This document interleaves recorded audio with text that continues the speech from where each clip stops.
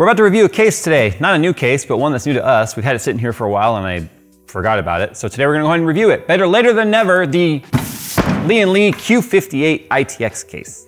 Everyone says it's great, but we'll be the judge of that.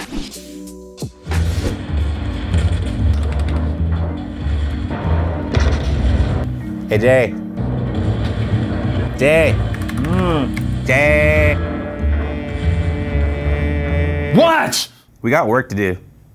Yeah, I'm playing World of Warships. Yeah.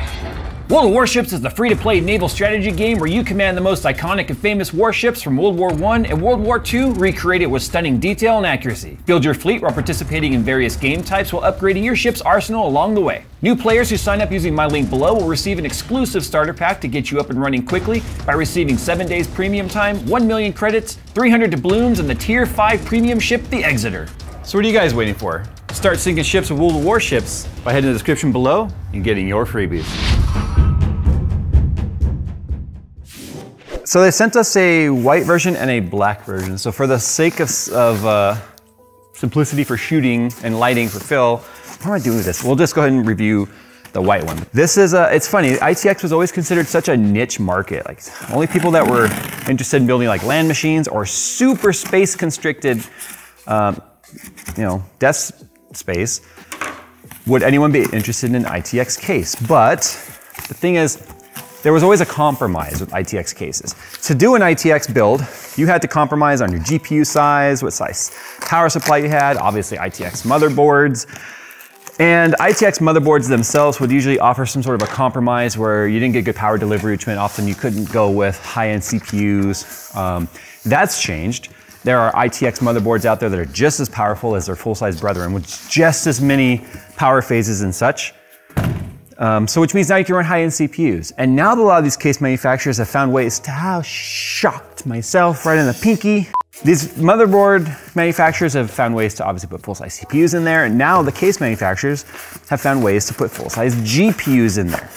So the last ITX build / case we took a look at was the one that, this is tiny, is the one that we built for Phil, which was the, what was that, NR200 whatever max? Yeah. So now we are taking a look at lian-li's super tiny. I think this is like, I don't know how many liters this is. I'll have to look this up real quick. But look at this, look how tiny this is. Not much bigger than a shoebox, as I like to say. There we go.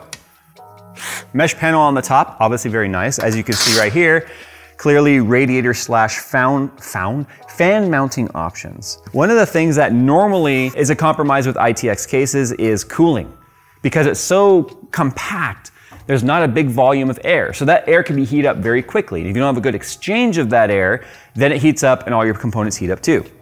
If you look at the bottom, you can see the bottom is fully vented. So you're gonna be pulling air from the bottom, big high feet to get at least a ½ inch, maybe about 10, 15 millimeters of space between the bottom of the chassis and the feet, or the surface, which means plenty of air can make its way in through the side.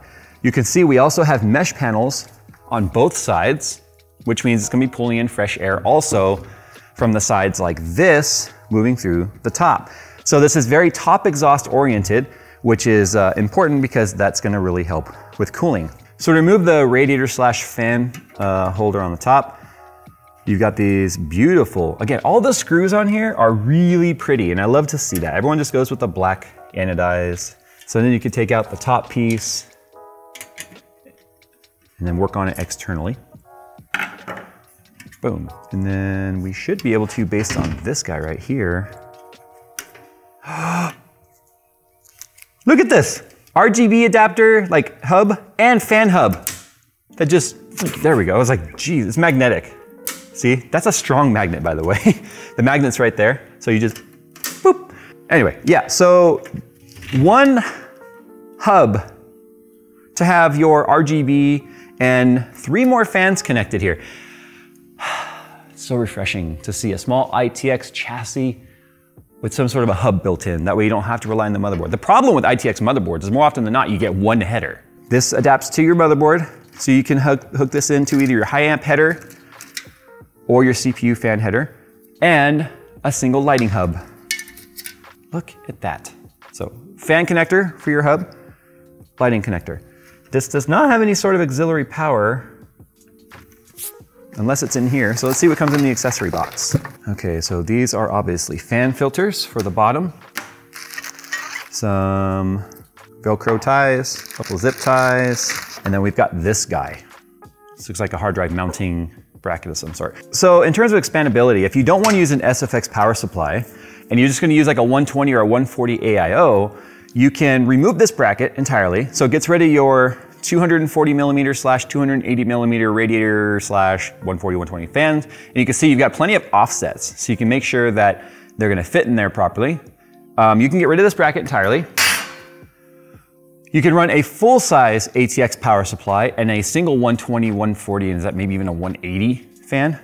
Slide that in there, like so. It's gotta go in there in a very specific angle. Boom. Now, you can take this guy out of here entirely. So there's one more screw here I have to remove, but it's behind this panel, which means, I think it's just really tight. Okay. That's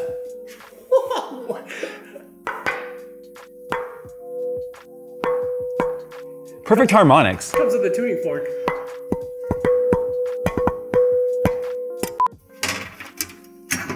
Oh, and then there's Velcro straps on this, which is holding our PSU extension cable. So there's the bracket, that comes out.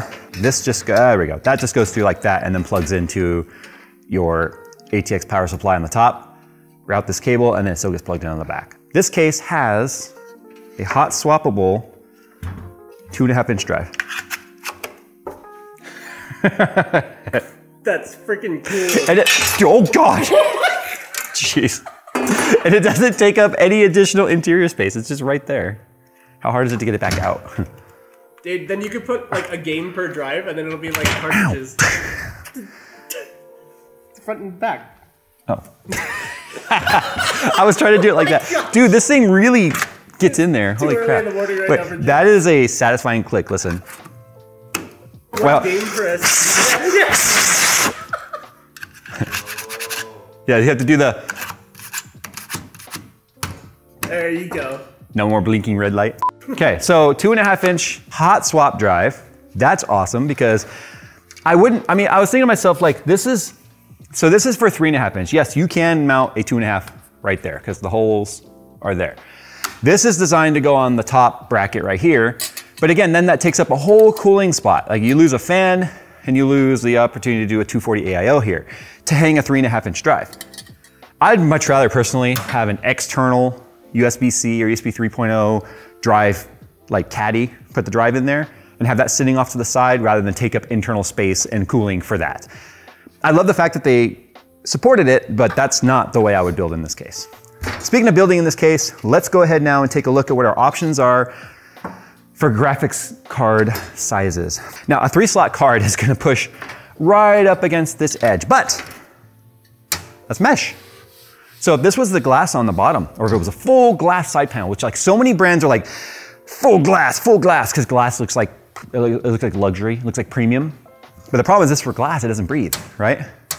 Also too, I guess you put your big old graphics card in there and then you can be like, bam, cooling. Or if you're really into modding, you could have some sort of a Arduino or something in here that's hooked up so that when you turn on your PC, a little actuator goes, it opens everything up, and you're done, so that would be cool. I mean, cases have actually been built that way. Some of the case modding guys did that. I think BS Mods even built a case like that. This is an RTX 3080. This is a standard size PSU, a little bit longer maybe than your old school. Is that a scratch? No, okay. A little bit longer than maybe like your old school like 980 Ti or 1080 or something like that. There. It looks so tiny in there. That's okay. This is the flow through isn't gonna work though on that 3080. Oh yeah. Well, part of it will on the bottom. So like that's gonna affect the cooling a bit. And not only that, it's gonna actually increase the noise quite a bit because immediate resistance there. Okay, so here's what you do. You just cut a big hole right here. You have the power supply fan facing that way. It just blows right into the power supply. This is a Furtherwind 3 3080 Ti. Not the smallest card, not the biggest either. I'm concerned about it hitting right here. Oh, and hey, there's still a fairly decent gap between the fans and the mesh, if you look in there. Because what you want is you want a volume of air between the mesh and the fans the fans against the mesh for two reasons. One, the volume of air is going to create a vacuum. So as it's pulling that volume of air through the fan, or through the fins and such, through the GPU, it's going to pull the air through the grate with a greater pressure than it would if the fans were right against the grate, because then the only thing that's being fed is what can come through those little holes.